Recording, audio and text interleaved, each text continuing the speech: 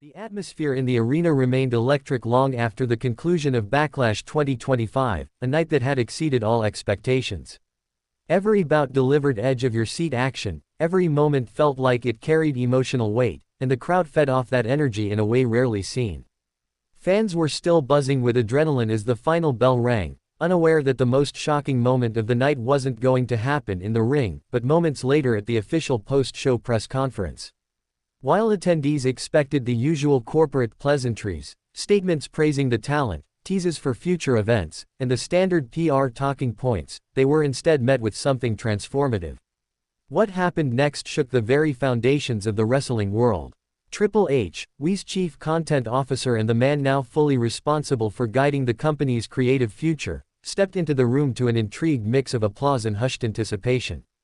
Journalists leaned forward with their recorders, influencers activated their live streams, and the backstage crew froze mid-task as he approached the podium. But his demeanor was strikingly different from what many anticipated. Rather than the confident, celebratory expression that often follows a successful event, his face bore the weight of something deeper, something unresolved. There was no victory lap in his voice. There was purpose. After a few formal greetings, he paused, and with a shift in tone that seemed to signal the gravity of what was coming, he stated plainly, "I think we need to talk about Jon Moxley." In that instant, the room fell silent. It was a name that hadn't been mentioned openly in WWE in years. Jon Moxley, once known in WWE as Dean Ambrose, had gone on to carve out a reputation as one of the most intense and unapologetic figures in professional wrestling since his exit in 2019. WWE had largely avoided discussing him in public since then, treating his departure like an open wound best left untouched. But now, in front of the entire wrestling press and millions watching online, Triple H did not avoid, deflect, or sugarcoat. What followed was a remarkably honest, emotional reckoning.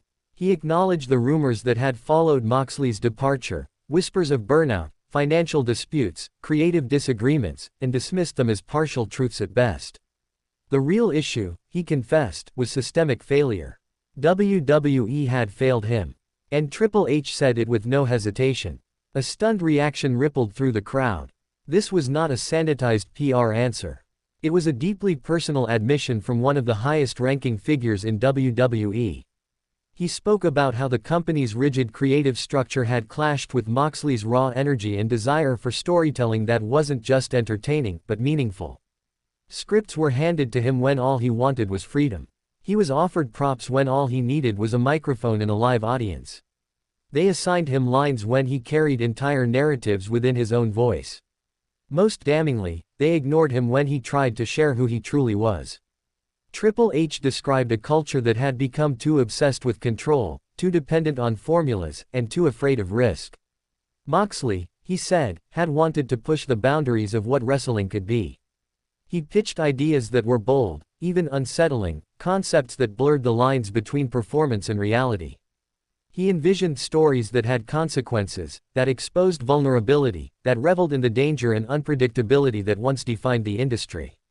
One such idea, a reimagined and psychologically dark version of a Shield reunion, had the potential to revolutionize how factions told stories. But it was turned down, not because it lacked merit, but because WWE wasn't ready for the kind of evolution it demanded. They were scared. And so, they shut the door on one of their most creative voices. But that fear, Triple H admitted, was no longer in charge. As he spoke, it became increasingly clear that this moment wasn't just about Jon Moxley. It was about WWE's future, how it had spent years stifling innovation in the name of safety and how it was now, under new leadership, trying to right those wrongs. And then, Triple H said the words that would dominate wrestling headlines around the world. "If Jon Moxley walked into my office tomorrow, I would hand him the keys," he stated, not with bravado, but with humility. Because the WWE he left behind no longer exists. The room erupted with a mix of shock and awe. Was this a personal plea? An open invitation? A full circle moment? He didn't clarify. But the implications were seismic. Fans had long speculated whether Moxley could ever return to WWE. Many had assumed the bridges were burned beyond repair. But now, the man overseeing WWE's creative rebirth was opening that door wide, no conditions, no spin. Triple H wasn't just revisiting the past. He was honoring it, acknowledging that Moxley had seen something broken long before others had the courage to admit it. He wasn't a bitter former employee. He was a visionary whose voice had once been too loud for a company that wasn't ready to listen. He outgrew us, Triple H said with calm finality. That's the truth. He didn't run away. He left a WWE that had stopped hearing him. And now, everything is different. The press conference wasn't rehearsed. It wasn't built on talking points. It felt more like a confessional, raw, real, and deeply human. And that's what made it hit so hard. The internet exploded. Within minutes, social media was flooded with reactions. Lifelong fans of Moxley applauded Triple H's honesty. WWE loyalists found themselves re-evaluating past narratives. Everyone was asking the same question: could Jon Moxley actually come back? No one had the answer, but the conversation had changed forever. What once seemed impossible suddenly felt plausible. If he ever returns, it won't be as a man trying to reclaim a lost place. He'll return as a pioneer whose absence forced a company to evolve.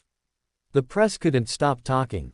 Fans debated endlessly. Those who followed Moxley through his brutal, creative journey in AEW now wondered what kind of storm he could bring to this reinvented WWE. Could he inject that same chaos and authenticity into the place where he first made his name? That remains to be seen. But one thing is certain: the truth about his departure is no longer buried in silence or spin. It's been laid bare for all to see. If Moxley chooses to return, it won't be about closure. It'll be about rewriting the story on his own terms. Backlash 2025 gave fans unforgettable matches, but it also gave them something far more powerful: clarity. A revelation. A new understanding of who Jon Moxley was, is, and could still be. Triple H ended his speech with one final, potent message: this business survives by evolving. And sometimes, that evolution starts with one man who refuses to follow the old rules. That man was Jon Moxley.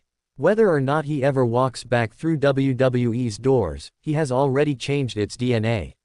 The press conference ended not with a round of applause, but with a reverent silence. No one spoke, because everyone recognized that a massive shift had just taken place.